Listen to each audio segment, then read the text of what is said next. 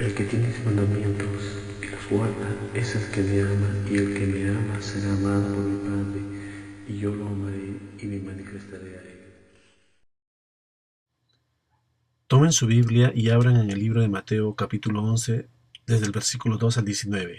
Dice: Al oír Juan en la cárcel los hechos de Cristo, le envió dos de sus discípulos a preguntarle: ¿Eres tú aquel que había de venir o esperaremos a otro? Respondiendo Jesús les dijo: Id y haced saber a Juan las cosas que oís y veis. Los ciegos ven, los cojos andan, los leprosos son limpiados, los sordos oyen, los muertos son resucitados, y a los pobres es anunciado el Evangelio. Y bienaventurado es aquel que no haya tropiezo en mí. Mientras ellos se iban, comenzó Jesús a hablar de Juan a la gente. ¿Qué salisteis a ver al desierto? ¿Una caña sacudida por el viento? ¿O qué salisteis a ver? ¿A un hombre cubierto de vestiduras delicadas? Los que llevan vestiduras delicadas en las casas de los reyes están. ¿Pero qué salisteis a ver? ¿A un profeta? Sí, os digo, y más que profeta, porque este es de quien está escrito: Yo envío mi mensajero delante de ti, el cual preparará tu camino delante de ti. Vemos aquí que Juan el Bautista envía a dos de sus discípulos a Jesús con esta pregunta: ¿Eres tú aquel que había de venir o esperaremos a otro?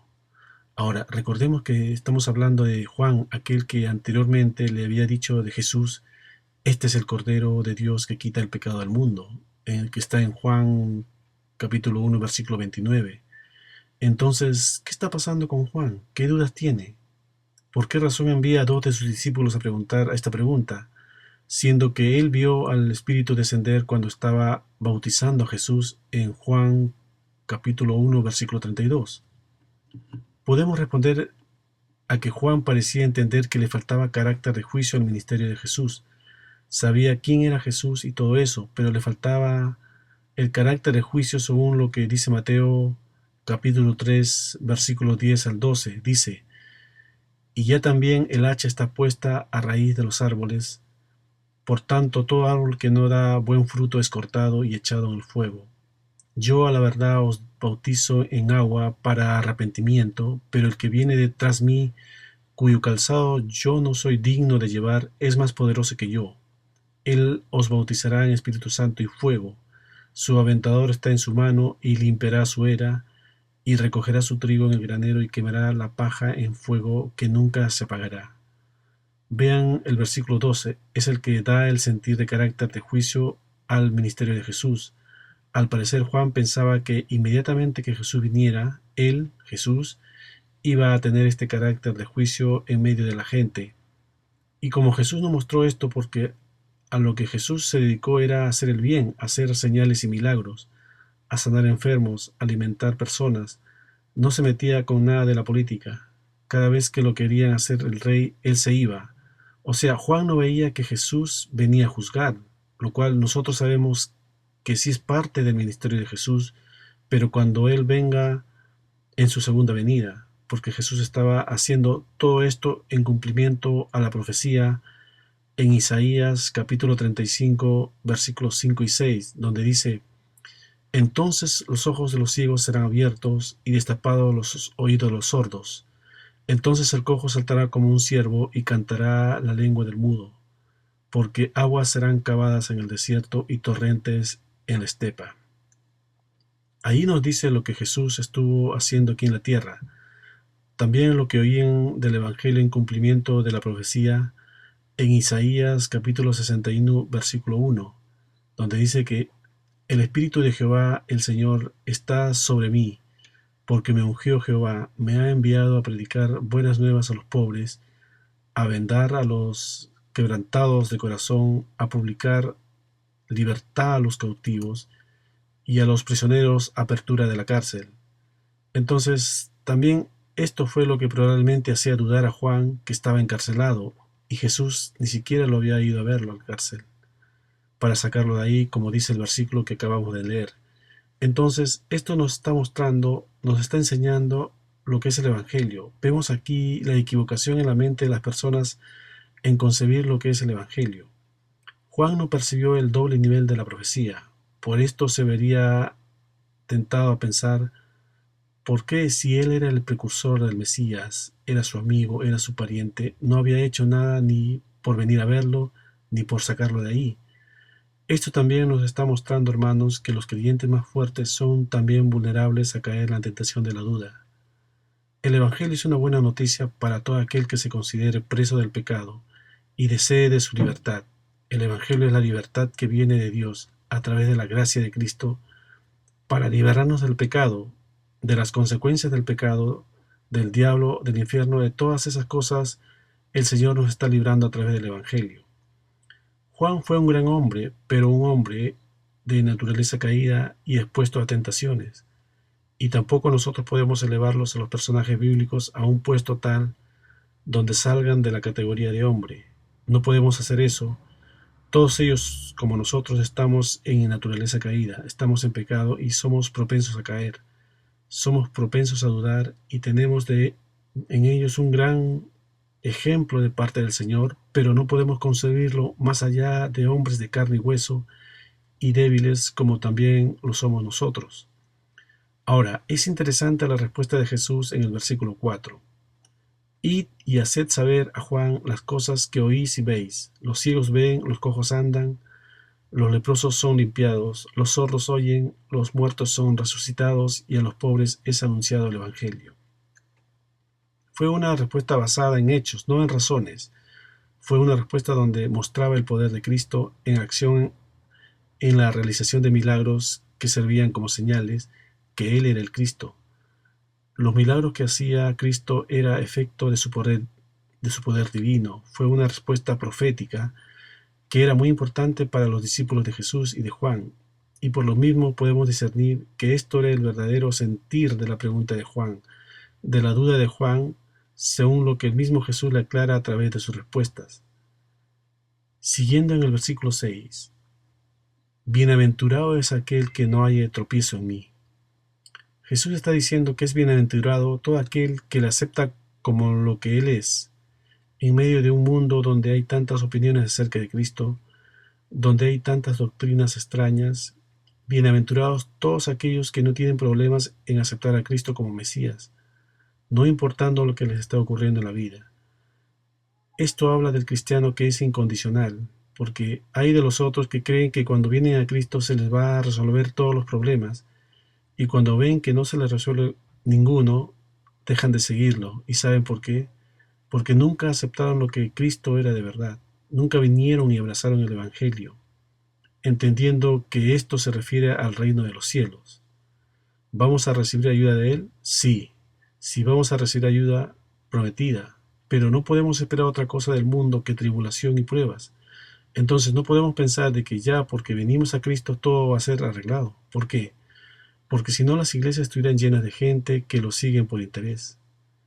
Pero qué hermoso es cuando tú llegas y aceptas a Cristo por lo que Él es, le sirves por lo que Él es, y luego ya que el Señor conoce tu corazón, Él nos dice, todas las cosas te van a ser añadidas. ¿Por qué? Porque primeramente buscas el reino de Dios y su justicia, después vienen las bendiciones. Hay que darle gracias a Dios por la fe. Esto viene del Espíritu Santo de Dios a los escogidos. Bienaventurado que el Espíritu Santo le da la fe, el conocimiento, el discernimiento para entender que Él es el verdadero Dios y la vida eterna. Ahora veamos una gran enseñanza de Jesús en el versículo 7. Dice, mientras ellos se iban, comenzó Jesús a hablar de Juan a la gente. Es muy interesante notar que Jesús no comienza a hablar bien de Juan hasta que los 2 discípulos que fueron enviados se fueran. Luego entonces se piensa hablar de sus discípulos, hablar bien de Juan, para que no tengan un concepto erróneo de él, para que no empiecen a decir ahora, mira que Juan dudando de Cristo, mira que mandando a preguntar por esto. Es por eso que Jesús comienza prácticamente a defender el testimonio de Juan. Pues bien, Jesús no quería que sus alabanzas parecieran adulaciones que llegaran a oído de Juan, porque las adulaciones fomentan orgullo y con frecuencia a los que están en los puestos de responsabilidades. Debemos tener mucho cuidado con esto. Jesús nos está mostrando un ejemplo de eso. Es decir, Él no esperó hablar de Juan inmediatamente, esperó que se fueran los enviados, y esto nos enseña a nosotros que la adulación no es buena. Muchas personas adulan a otros, pero por intereses propios. No estamos diciendo de que no se deba reconocer cuando una persona haga un buen trabajo, pero una cosa es reconocer y otra cosa es adular. Hay que tener mucho cuidado inclusive en reconocer que era lo que Cristo estaba haciendo. Cristo no estaba adulando, Cristo estaba reconociendo el ministerio de Juan el Bautista. Tener un poco de discernimiento en esto, porque la adulación tiende a inflar el orgullo, y las personas empiezan a creerse cuando se les alimenta más. Es por eso que como cristianos debemos evitar la adulación. Si no, fíjese que cuando hacemos algo bien, esperamos que se nos diga que lo hemos hecho bien, porque el orgullo es parte de nuestra naturaleza caída, y solo el Espíritu Santo ayudará a sacarlo de nosotros, a limpiarnos poco a poco de eso y a restaurarnos y acercarnos más y más a la imagen de Jesucristo. Por eso Pablo decía, ya no vivo más, sino que Cristo vive en mí. Siguiendo en el versículo 7, ¿qué salisteis a ver al desierto? ¿Una caña sacudida por el viento? ¿O qué salisteis a ver? Juan no era una caña agitada por el viento, no era un hombre tímido ni vacilante, que es lo que significa esta frase. Juan era un hombre de firmes convicciones, no era llevado por todo viento de doctrina, no fue llevado por la fama tampoco porque él llegó a ser famoso. El rey Herodes le tenía temor porque fue llegado a considerar como profeta del pueblo. La fama tampoco lo sacó a él de donde Dios lo había puesto. Tampoco era inconsecuente con su conducta. Todas esas cosas tiene que tenerlas en cuenta cualquier líder de Dios, siempre que Dios lo ponga delante de un grupo para ministrar. Estas son cosas que el líder de Dios tiene que tener como característica. No puede ser llevado por todo viento de doctrina. No puede dejar que la fama afecte su dependencia de Dios, y su carácter humilde tampoco puede ser inconsecuente con su conducta, que es una de las cosas más difíciles de todo predicador. Nadie se puede parar delante de un púlpito y decir que habló de parte de Dios si antes esa palabra no transformó su interior y no lo llevó a pensar en su propia condición ni en su propio estado. Juan era un hombre que no se dejaba intimidar cuando la verdad estaba de por medio. No era un hombre de corazón mundano, amigo de la corte ni amigo de las riquezas. Era todo lo contrario, era un abnegado predicador que anunciaba el arrepentimiento exponiéndose a la ira del rey. A él no le importaba, aunque la ira del rey estuviera sobre él. Él no iba a dejar de amonestarlo, y precisamente eso fue lo que le llevó a la cárcel cuando él denunció a Herodes su adulterio. Él estaba, como se dice, pegado a la verdad, y tenía que predicar la verdad. En otras palabras, él era un verdadero profeta de Dios, y de eso es lo que se habla de Juan el Bautista. Ahora seguimos en el versículo 7, dice, a un hombre cubierto de vestiduras delicadas, los que llevan vestiduras delicadas en las casas de los reyes están. ¿Pero qué salisteis a ver? ¿A un profeta? Sí os digo, y más que profeta, porque este es de quien está escrito, yo envío mi mensajero delante de ti, el cual prepara tu camino delante de ti. Primeramente había mucha gente que miraba el ministerio de Juan como un tanto raro. Seguramente decían que era un loco. ¿Por qué? Porque dice la palabra en Mateo capítulo 3 versículo 4, y Juan estaba vestido de pelo de camello y tenía un cinto de cuero alrededor de sus lomos, y su comida era langosta y miel silvestre. Juan solo se pasaba en un desierto predicando, no hacía otra cosa más que eso. Entonces la gente veía su ministerio como un poco raro. Además de eso, dense cuenta, hermanos, que dice la palabra que la profecía fue hasta Juan. Siempre el profeta era el que declaraba la voluntad e inclusive anunciaba el juicio de Dios sobre la tierra. Entonces viene Juan, después que hubo un tiempo en donde había un silencio, un tiempo en donde no había profeta, y de buenas a primeras se presenta Juan anunciándole a la gente lo que tenían que dejar de hacer, lo que tenían que hacer, que tenían que arrepentirse de esto, que tenían que arrepentirse de lo otro. Y eso a la gente no le gusta escucharlo y lo encuentran extraño. En cambio, si viniera una persona y te dice, no es malo pecar, puedes hacer esto, puedes hacer aquello, y a la vez estar bien con Dios, ¿cómo no va a mover las masas? Claro que va a mover las masas, si no hay otra cosa que el hombre quiere más que estar bien con Dios y hacer lo que le dé la gana. Eso es lo que el hombre quiere. El Evangelio no es una licencia para nosotros pecar, no lo es por gracia, tenemos que arrepentirnos y convertirnos. Es por eso que la gente encontraba raro el ministerio de Juan el Bautista, por el tema de la predicación y por su estilo de vida. Entonces Jesús quiere, delante de las multitudes, hablar bien de él. Prosiguiendo en el versículo 11, de cierto os digo que entre los que nacen de mujer no se ha levantado otro mayor que Juan el Bautista, y sin embargo el más pequeño en el reino de los cielos es mayor que él. Quiere decir que la grandeza de Juan el Bautista, no como persona, sino en el hecho de que él fue dentro de los profetas el último, y también de entre los profetas el que vio a Cristo, el que lo pudo ver. Humanamente Juan vino a ser el último porque Cristo vino a ocupar estos tres oficios del profeta, rey y sumo sacerdote. Cristo está aquí diciendo que nosotros somos mayores que Juan el Bautista porque nos ha tocado vivir una dispensación de tiempo, lo cual no se puede comparar al resto de las dispensaciones, porque lo que la gente habló, lo que los profetas hablaron de Cristo, nosotros en este momento ya lo tenemos cumplido, que es su muerte, su resurrección, su ascensión. Todas estas cosas las estamos viviendo nosotros, es decir, estamos viviendo la dispensación de la iglesia, lo que es el pacto de gracia. Estamos viviendo el tiempo donde el creyente viene a ser el templo del Espíritu Santo. Esto es grande, hermanos. Y viene a ser templo del Espíritu Santo, santo a través de la reconciliación con Dios. Es ahí que radica la grandeza de la que estamos hablando. La posición elevada la tenemos en 1 de Pedro, el capítulo 2, del versículo 9 al 10. Pero vosotros sois linaje escogido, real sacerdocio, nación santa, pueblo adquirido por Dios, para que anunciéis las virtudes de aquel que os llamó de las tinieblas a su luz admirable. Vosotros que en otro tiempo no erais pueblo, ahora sois pueblo de Dios. En otro tiempo no habíais alcanzado misericordia, ahora habéis alcanzado misericordia. Vemos que somos ninguno sobre ninguno. Estamos hablando del estado general de todos los creyentes. Y no es que dentro del estado general de los creyentes haya algunos más grandes que otros, que hayan algunos que tengan mejores ventajas que otros. No es así. Estamos hablando de la posición elevada de todo creyente que pertenece a la dispensación de la iglesia. Quiere decir que la ventaja que tenemos sobre Juan no es de carácter personal, sino de la situación histórica, el proceso revelado de la salvación, lo cual él, Juan, no pudo gozar, como dice Efesios capítulo 1 del versículos 7 y 8.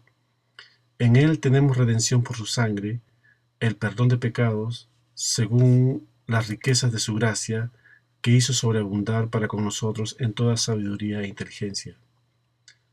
Nosotros tenemos ya la revelación completa de Dios. Eso es algo que también es grandioso que tenemos todos los creyentes de este tiempo. Quiere decir que la grandeza se refiere a la medida que hemos recibido de la revelación de Dios, es decir, a toda. Así que, hermanos, ya no vamos a ver más revelación de Dios. Quiere decir que ya lo hemos recibido todo, lo que Dios haya querido darle al hombre, y si entendemos que la revelación de Dios fue progresiva, que se fue revelando en las diferentes dispensaciones, etapas, nos daremos cuenta que nosotros hemos recibido lo máximo que puede venir de Dios. Eso nos hace mayores que Juan el Bautista, aunque él fue mayor en su tiempo. Cuando Jesús está aquí en la tierra, se levantaron diferentes opiniones acerca de quién era Jesús. Entonces Jesús un día reunió a sus discípulos y les dijo en Mateo capítulo 16, versículo 15, «¿Y vosotros, quién decís que soy yo?» O lo mismo que decir, ustedes mis discípulos, ¿qué ustedes piensan de mí? Fue ahí cuando se levantó Pedro y dijo, «Tú eres el Cristo, el Hijo del Dios viviente». Quiere decir que viviendo en medio de falsos cristos, falsos profetas, lo importante de esto es que usted y yo, que fuimos escogidos, sí tengamos un concepto de Cristo y sigamos a Cristo incondicionalmente, no importando lo que estemos pasando en nuestras vidas, que nunca cambie nuestro concepto que tenemos de Cristo, ni nuestra motivación para seguirle. Estamos viviendo en medio de una apostasía abierta, pero todo eso son señales del fin, porque dice Mateo 24, versículo 24, porque se levantarán falsos cristos y falsos profetas, y harán grandes señales y prodigios, de tal manera que engañarán, si es posible, aún a los escogidos. Por eso debemos tener bien claro nuestro concepto de Cristo, que Cristo es Dios, Él es el Señor, Él es el Mesías esperado, y por eso le seguimos. ¿Esperamos que venga otro? No, esperamos que venga nuestro Salvador Jesús en su segunda venida. Amén.